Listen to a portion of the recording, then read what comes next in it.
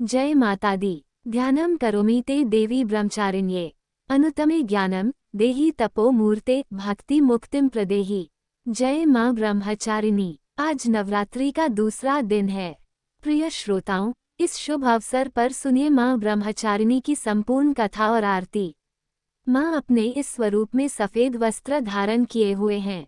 मां की दो भुजाओं में से दाहिनी भुजा में जपमाला और बाईं भुजा में कमंडल हैं। इनकी पूजा करने से भक्त के अंदर जप और तप की शक्ति बढ़ती है। मां ब्रह्मचारिणी अपने भक्तों को संदेश देती हैं कि परिश्रम और तपस्या से ही सफलता प्राप्त की जा सकती है। भगवान शिव को पति रूप में प्राप्त करने के लिए मां ब्रह्मचारिणी ने अत्यंत कठिन तप किया था। शिव पुराण में वर्णन मिलता है कि श्री ब्रह्मा जी के आदेशानुसार देवी पार्वती ने भगवान शंकर को पति रूप में पाने के लिए कठिन तपस्या आरंभ की। महर्षि नारद जी ने देवी पार्वती को पंचाक्षर मंत्र शिवाय नमः की दीक्षा दी।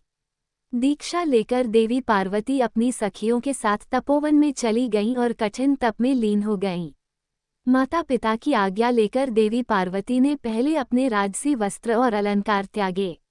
उनकी जगह मूंज की मेखला और मृगचर्म धारण किया। गंगावतरण नामक पवित्र स्थान पर सुंदर वेदी बनाकर वे तपस्या में बैठ गईं। उन्होंने अपने मन और इंद्रियों को वश में कर लिया। ग्रीष्म में अग्नि जलाकर, सूर्य के प्रचंड ताप को सहन कर वे अपने तन को तपाती रहीं। वर्षा ऋतु में वे खुले आकाश के नीचे जल से अपने शरीर को सींचती रहीं। शीत ऋतु में भी जल के बीचों बीच कठिन तप किया। इस प्रकार निराहार रहकर पंचाक्षर मंत्र का जप करते हुए देवी पार्वती ने भगवान सदाशिव के ध्यान में अपने मन को रमा दिया। माता मैना और पिता हिमालय को अपनी पुत्री के विवाह की चिंता हुई। तब महर्षि नारद राजमहल पहुँचे। उन्होंने पार्वती जी के गुणों का बखान किया और माता पिता को बताया कि उनका पति भगवान शंकर ही होंगे, जिनमें कुछ दोष भी हैं, किंतु वे दोष भी गुण में बदल जाएंगे। नारद जी की प्रेरणा से माता पिता की आज्ञा लेकर देवी पार्वती हिमालय के गहन वन में तपस्या करने चली गईं। उनके तप में हठ और अनुराग अत्यंत था। उन्होंने सभी प्रकार के सुखों का त्याग किया।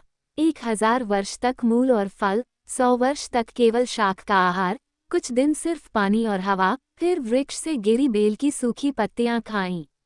इस कठिन तपस्या के कारण उनका नाम पड़ा अपर्णा। उनकी तपस्या से आकाशवाणी हुई कि हे देवी, तुम्हारे मनोरथ पूर्ण हो गए। अब तुम हठ और तप छोड़कर घर लौटो, भगवान शंकर तुमसे मिलने आएंगे। एक दिन भगवान शिव ने देवी पार्वती की तपस्या से प्रसन्न होकर उन्हें दर्शन दिए और पत्नी रूप में स्वीकार करने का वचन दिया। इस प्रकार कठिन तपस्या और सांसारिक सुखों का त्याग करने के कारण ही मां ब्रह्मचारिणी की पूजा की जाती है। उनके पूजन से सभी प्रकार की समृद्धि और मनोरथ पूर्ति होती है। प्रेम से बोलिए ब्रह्मचारिणी माता की जय। अब सुनिए श्री महिषासुर मर्दनी स्तोत्र का हिंदी अनुवाद।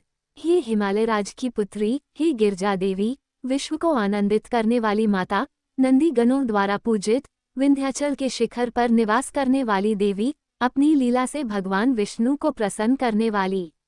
हे महिषासुर का मर्दन करने वाली, अपने बालों की लताओं से आकर्षित करने वाली पर्वत की पुत्री, आपकी जय हो, जय हो, जय हो। देवों को वरदान देने वाली, दुर्धर और दुर्मुख असुरों को मारने वाली, तीनों लोकों का पोषण करने वाली, पापों को हरने वाली, युद्ध में लिप्त क्रोधी दानवों को नष्ट करने वाली, अहंकारियों के घमंड को सुखा देने वाली, अपने बालों की लताओं से आकर्षित करने वाली पर्वत की पुत्री, आपकी जय हो।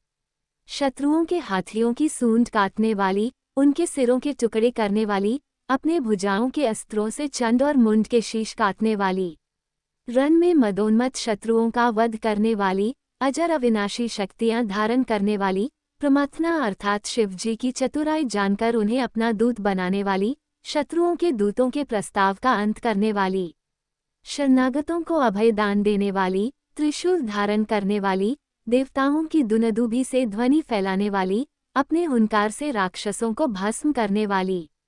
हे महिषासुर का मर्दन करने वाली, अपने बालों की लताओं से आकर्षित करने वाली पर्वत की पुत्री, आपकी जय हो, जय हो, जय हो।